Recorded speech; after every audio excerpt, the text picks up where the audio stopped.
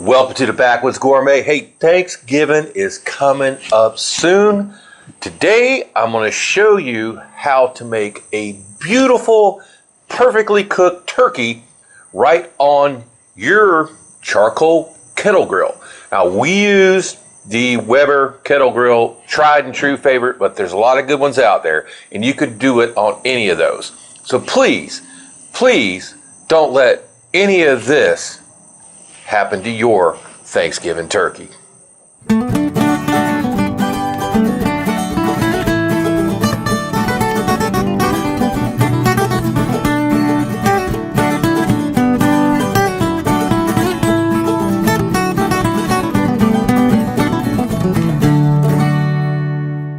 I know, those are all tragedies, you know.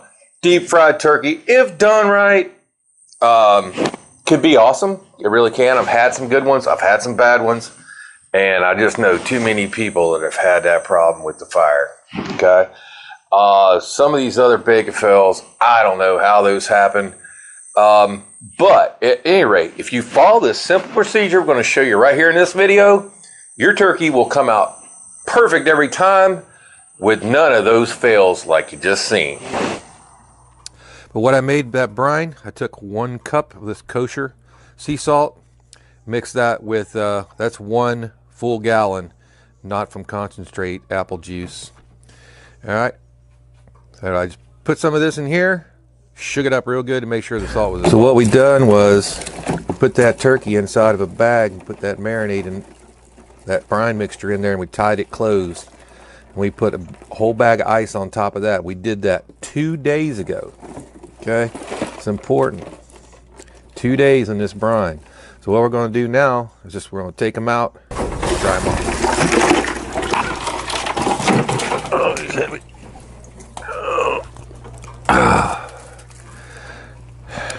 All right, guys, here's the Weber kettle grill setup. Full chimney of charcoal, half the chimney on both sides, half the chimney lit. These are unlit. Okay. So there's the half a chimney that's just about lit. We're going to put half of that on each side to get it going. I like to bring my temperature up slowly. It's a lot easier to get it hotter than it is to cool it off. So go a half chimney unlit, half chimney lit.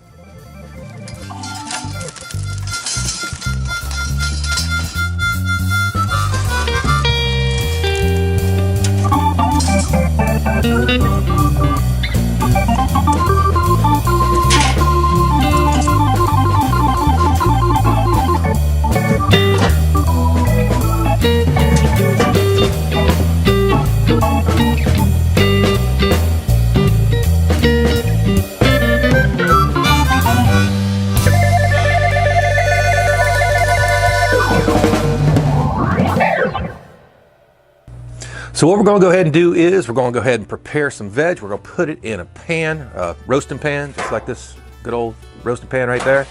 And we've got some broth, some nice chicken broth from Better Than Bouillon base. And we're going to go ahead and make a bed for that turkey to lay on when it's in the grill.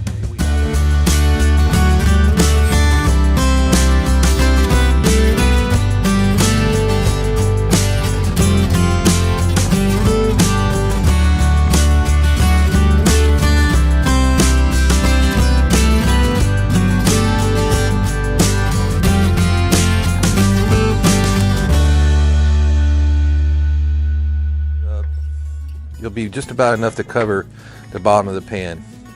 It's going to vary depending on the size of your turkey and your fan. Our turkey is pretty small, so it'll be just fine. Kind of toss those up, and over here we got some, if I can get this box open, we got some dry thyme. Thyme is awesome on turkey. I'm just going to go ahead and kind of pull those twigs apart. Let's put a few in there. This started out as fresh thyme, but if you leave it in the refrigerator in a package it comes in, it will dry in there very nicely. All right. Now, into that, got about 4 cups of chicken broth. And this is from Better Than Bouillon. It's been sitting here. Now let me stir a little bit. All right. That's going to be the home for our turkey for about the next 2 hours over on the grill. So again, this pan here serves two purposes. A, it's going to keep our breast meat from overcooking on our turkey, and B, it's going to be a basis for a really kick-ass gravy we're going to make afterwards. So the last thing to go into this concoction is our turkey neck. Kind of put him down the side, and then we want our giblets. Looks like we didn't get much this time. We got a gizzard. So there's a gizzard in there, and you can also use these to help prop up your turkey if you need to get them to balance up in there. Okay, so we're gonna go ahead and prep our bird now. I got him mostly dried off, and I'm gonna do the same thing to his wings as I do with my my chicken wings. I'm gonna go right into his armpit here, right at that joint. I'll make a little slice in the skin. Okay, you don't want the slice to be too big. Then I'm going to take my finger and go up under there and loosen that skin up where you can tuck that wing right up in there next to that breast meat, just like that. It has a lot of fat in that wingtip. We might have to take a little skewer and put right through here just to keep it in place. We'll do that.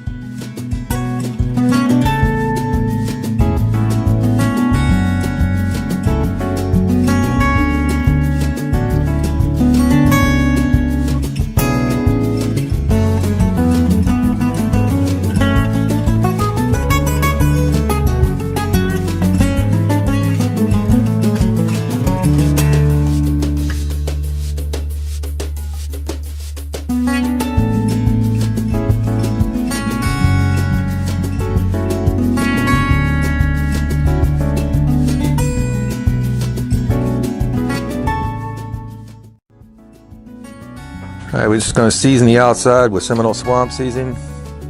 It's my favorite. I'll leave you a link right down in the description box where you can buy this direct from them. It's great on everything. Breast side down. More butter.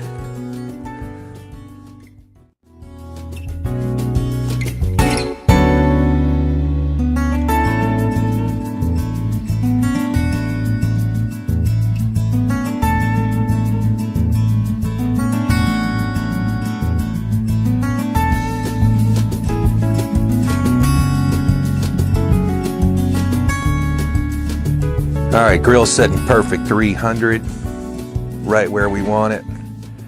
We'll take our bird, we'll put him right down the middle, and right in the center.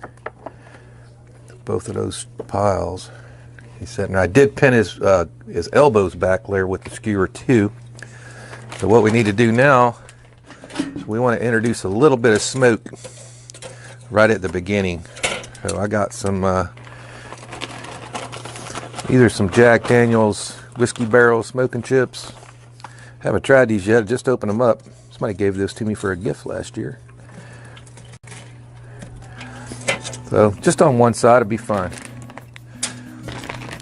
That'll start giving us a nice smoke. Let's get that lid back on so our heat doesn't creep up on us. It's home for the next 2 hours.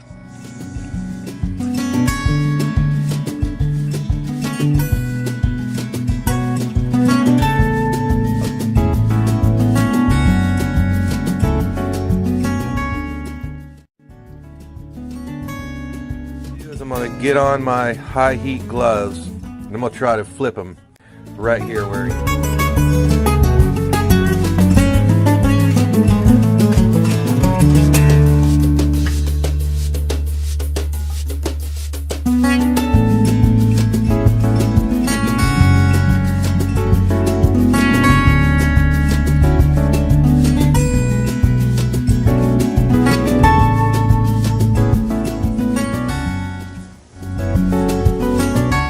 Alright, so I'm right in the side of the breast, thickest part, 165, that's perfect, color looks awesome. So let's go ahead and get it off. And we'll start making our kick-ass gravy.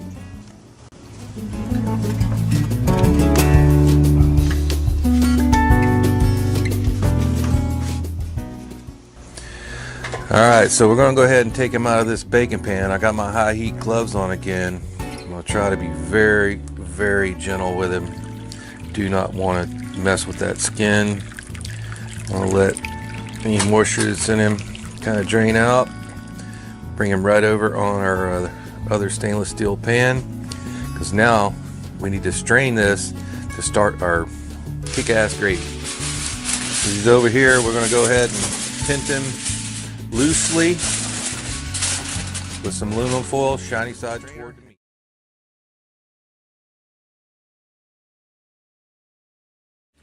Just pour all those pan juices and pieces right in there. You see that, you know, it's well above where my bowl is. So I have another bowl right here standing by, and I'm going to lift this strainer. Let most of that go in there. Then we'll put it right over here. That's going to catch the rest of the juices, and it's going to allow that to cool down. And then we're going to pick that meat from that neck, which will go back into our kick-ass gravy. So while all that separation process is going on, I'm moving all of my charcoals now to the center of the grill. We're going to need some heat over here for our gravy. We already got a nice hot grill, so we might as well just go ahead and bring what we got back into the middle. Cowboy lump on there, that's going to catch really fast. And then we want to get some cast iron up on it.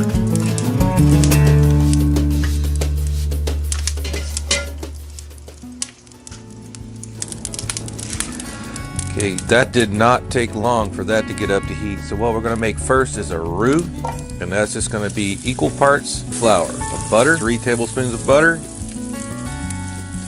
Give them a second to melt there. All right, 3 tablespoons of flour. Go in there easy with it. We want it to where it's just flowing.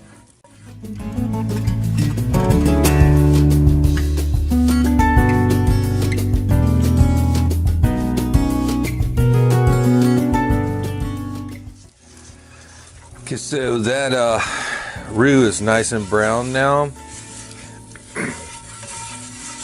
I actually took that off the fire for a little bit. I put in here we got some acorn squash sitting around the perimeters there, and here's some of the broth that we took out from under that turkey. We skimmed up the fat. You're gonna have to add this a little at a time. Keep on stirring.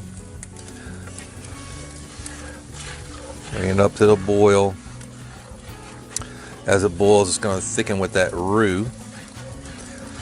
So it's about time now to go get us a whisk so we can keep that nice and smooth. All right, sticking it up real nice, getting nice and smooth. I'm going to go ahead and that's the turkey neck meat and the gizzard that we got with the turkey.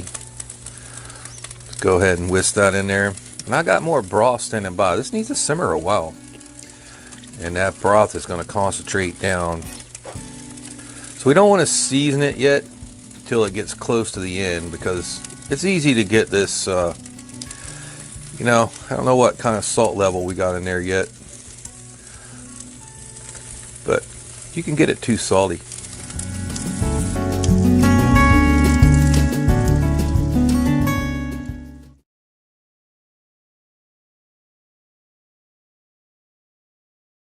All right, we're going to get ready to carve this guy. First thing I want to do is pull out these skewers that we put in those wing tips. And you know, we put some down there in the elbows too.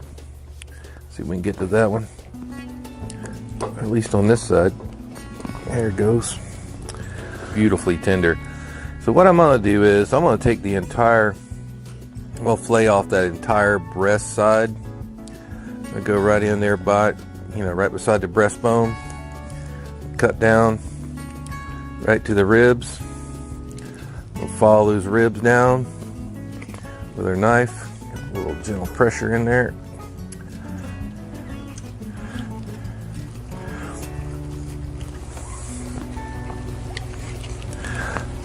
All right. I'm going to come in here, right beside it, above that wing joint. Cut all the way through. lateral line all the way to the ribs. All right, I'm just going to peel that right. Ooh, wow, that's really hot still. Said we're going to peel it, but I'm going to get it there in a knife. Take that right off. I'm going to move that right over to our cutting board.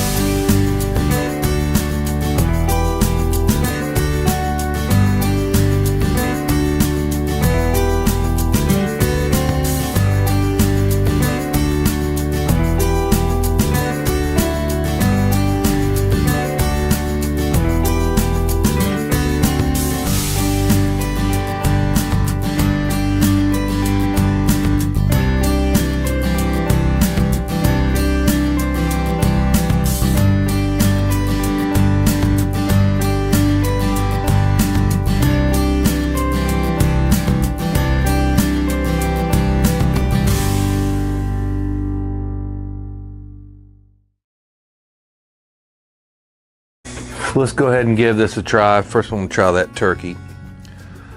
We browned this for 2 days, apple juice.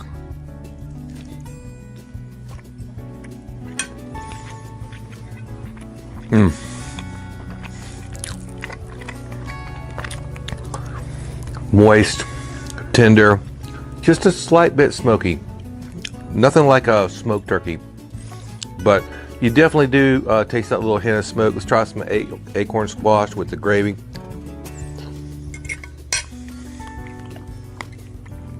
Wow, homemade bread and gravy.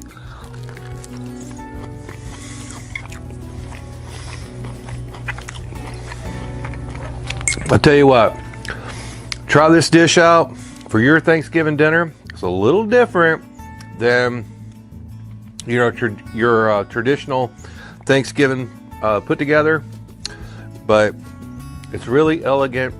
It's a very nice presentation, and it's super damn delicious. And that gravy really is kick-ass. Thanks for watching the Backwoods Gourmet. As always, you can subscribe right here for another great Backwoods Gourmet video. It's going to be right there. And for a whole playlist cooking on that Weber Kettle Grill, going to be right up there. We'll see you next time.